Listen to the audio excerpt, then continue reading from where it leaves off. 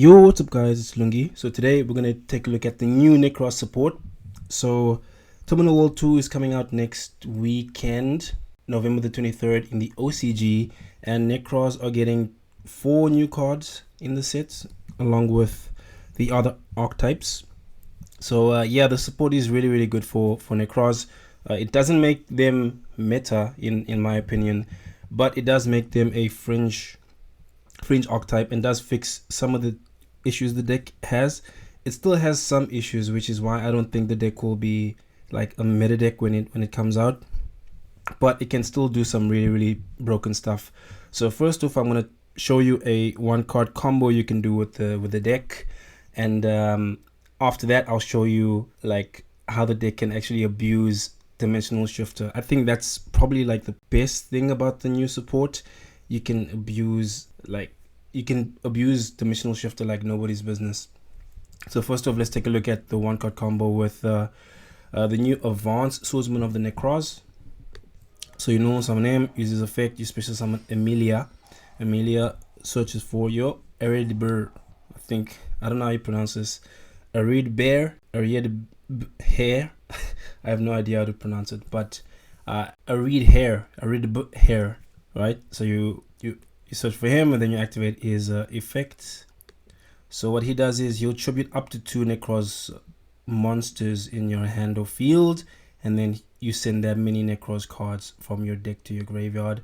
So you'll send the new quick play spell card, Nekroz Divinemirror. So if it's in the graveyard, you can banish it and 1 Nekroz monster, and then you can add a Nekroz spell from your deck to your hand. That includes itself, which is great.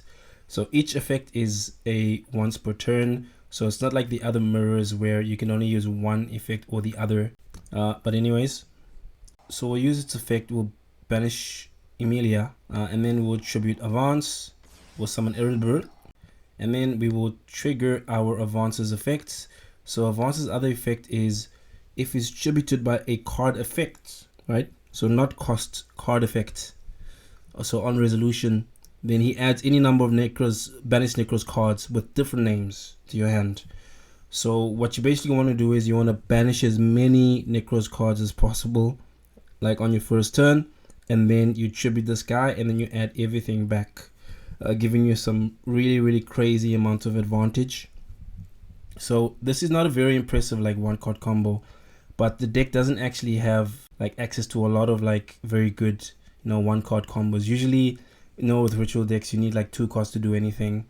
So yeah, Voiceless Voice got some really good support, being able to just like make their main field with 1 card, but Nekroz doesn't have that, which is a little bit of a shame, but at least you can put out a really strong negate. So this will give you like 2 negates because you just tribute a monster. I think it's any monster. Yeah, you can tribute any monster, which is really good. So when a monster effect is activated, you can tribute a monster from your hand or field. That includes himself as well. Negate the activation, and then you banish that card. So that last part is really good. So you can negate, and then you can banish a monster that activated. And he's got 3300 attack, which is quite beefy. So if you didn't need to use his negate, then you do have follow up the next turn with Emilia, because Emilia will be able to get Brionac because she searches a Nekroz ritual monster or Nekroz spell on summon, and she can special summon herself if you have a warrior type. Let me just quickly read it here. If you have a warrior Nekroz monster on your field or in your graveyard, you can special summon her from your hand, so she can special summon herself, and you can use her as the entire tribute if she is on the field, just like Avance. They have to be on the field to be used as entire tributes, which is kind of fair, to be honest, because you can use Shurit on the field or in your hand. So yeah. So now let's take a look at some duels and how this deck actually abuses Dimensional Shifter. Alright, so this is the game against Blue Eyes. So we go first and we open the combo. So the combo is basically just Avance and Shifter, and if you have other cards in your hand, then that's like extra. But mainly you just want like your Avance and like Dimensional Shifter, or combination of cards in Shifter. Alright, so we'll just Shifter in the draw standby phase. We go Avance, Emilia will get the mirror, and then we use Areadbhair to, since we tributed 2, we get to banish 2. Right, so we add one of the other new ones, Nekroz of Metaltron. Basically, during the main phase, you can target a face-up monster your opponent controls, banish it permanently. Banish itself permanently, and if you do, you banish the targeted monster permanently. So it's a very nice disruption for when you have Shifter, because you can't use Trishula because your opponent won't have any cards in the graveyard. So you add Metaltron. Alright, so he scoops. Alright, so we attributed Avance for Areadbhair's effect, and we got to add everything back. And on top of having like Shifter, the opponent didn't want to, try to deal with that. So what we would have done is we would have just used Nekroz Cycle, tribute Shurit, and then special summon Metaltron, and then Shurit's effect would have triggered to search for Brionac, and then we could have used Brionac to search for another Shurit, and then special summon Emilia, and then would have set this card. So that would have allowed us to make Areadbhair during the opponent's turn, and then we would have had Areadbhair and Metaltron on the field as disruption on top of like Ash under Shifter, which is quite nasty. Next up, we're going up against Centurion. So he has an Ogre in his hand. One other nice thing about Shifter is that it invalidates Jolly Lockbird and like Ghost Ogre. So anything that needs like to be sent to the graveyard for cost, your opponent can't activate. This deck is really weak to Jolly Lockbird, so Shifter really helps with that. And I'd even consider siding like Dimensional Fissure for going first after like game 1, because like the ability to abuse banishment is just like too much. Because look at the advantage in hand, like we still have like 6 cards in hand while still being able to like make plays. So yeah, we're able to banish the Speller Trap because a Nekroz monster was banished. If your Nekroz cards is banished face up, you can target a Speller Trap on the field and banish it. So it's nice to keep Metaltron over here, which will allow you to actually snipe your opponent's back row cards. So you could play 2 Metaltrons, one on the field and then one in the scale. So every time you use the one on the field's effect to banish itself, you can trigger this after the chain, and then you can banish like spells and traps. So that makes the deck like very good against back row decks. Next up, we're up against Asimodeus Smith. So we go Shifter. We have Brionac. He has Fuaros, but Fuaros doesn't really matter. We'll just summon one time from the main deck, and since we're playing Nekroz, we don't need to touch the extra deck. Alright, so we go Areadbhair. Alright, so we've got 7 cards in total, so we just add all of them back. Tribute Shurit. Shurit will search for Trishula. So yeah, we shouldn't have actually like tried to search for Trishula. It would have been better to just have like a Metaltron, because Trish can't actually like resolve. So anyway, we have Ash for the Deception, but even if Deception resolved, like they wouldn't have been able to do anything. I think they would be able to summon like a fusion monster and then nothing after that, because Droplet is offline. Next up is Gimmick Puppet. So we Shifter Areadbhair. Alright, so this time we don't really have much going for us. So we did it that way because we didn't want to like lose to Ash.